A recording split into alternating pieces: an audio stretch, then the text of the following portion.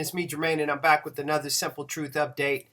And I want to pose a question to you out there today. How do you treat others that you don't know? They're not friends, they're not acquaintances, they're not family.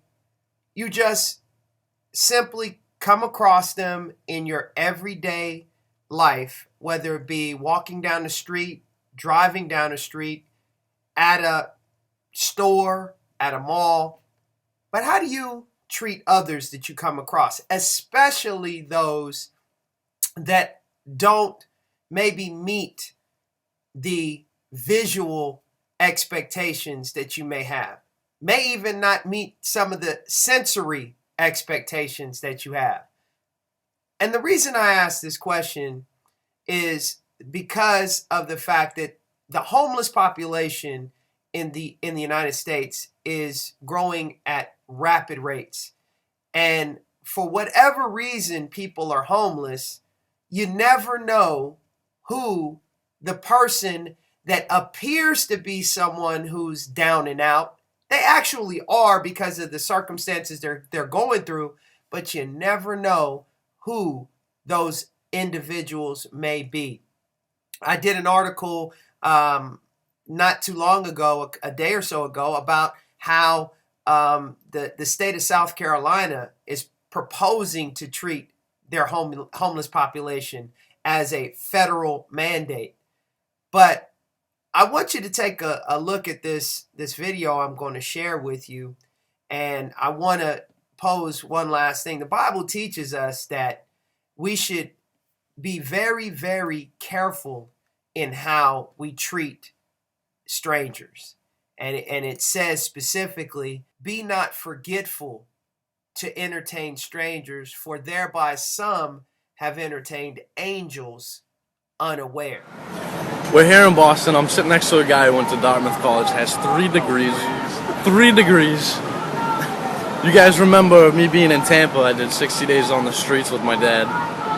And we saw a lot down there. Now I'm back in Boston and trying to meet the right people, and I'm sitting next to a guy who his intelligence level is way beyond mine, and we gotta hear what he has to say. I'll just show you the backdrop real quick.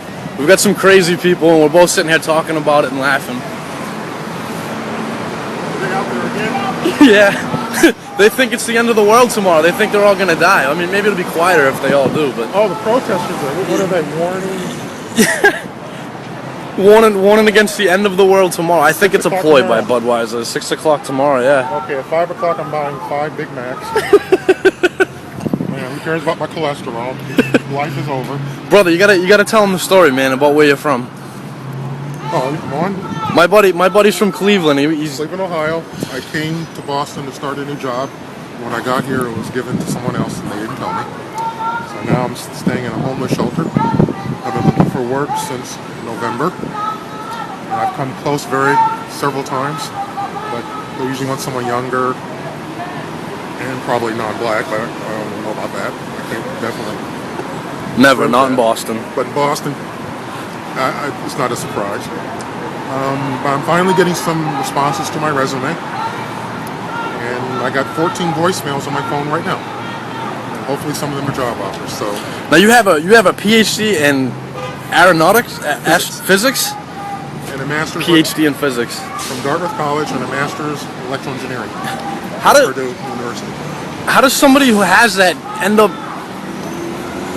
It's blown me away. Dartmouth.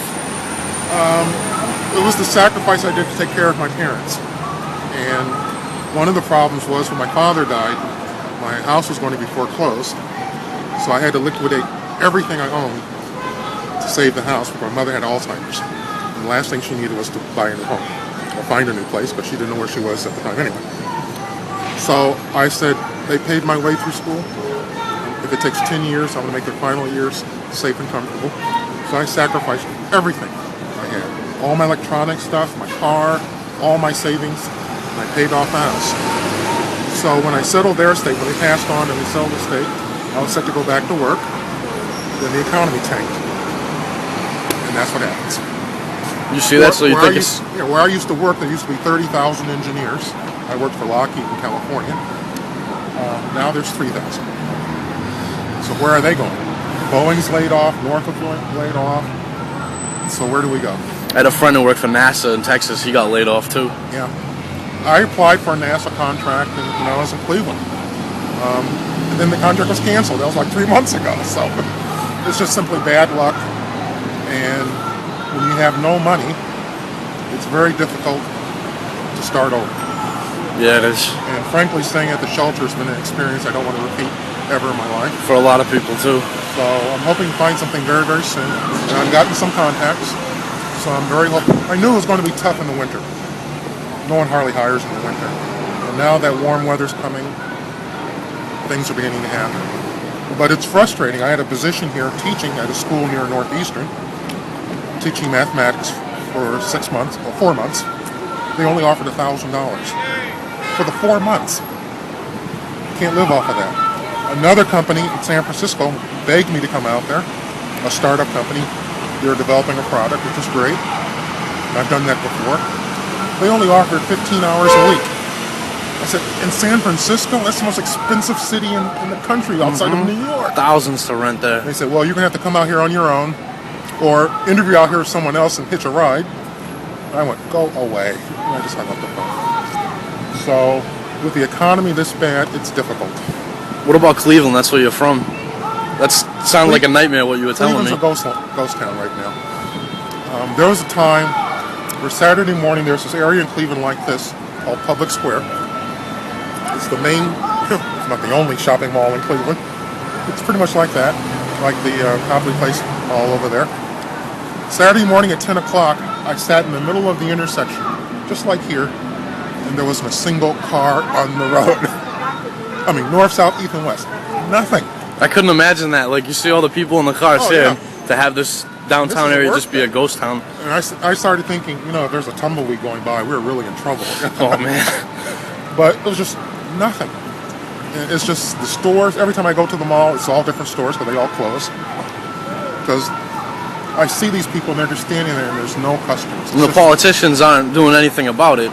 They just get reelected, get their big salaries, and they sit there and do nothing. Our mayor tried to get the Democratic convention. They were one of the nominees for the sites for 2012. And I was there watching him, and he was giving them a tour of Cleveland. And it was so embarrassing because he could offer nothing. We don't even have any hotel space enough for that. So I came here. I was going to start that new job. I was really hoping for it. Didn't happen.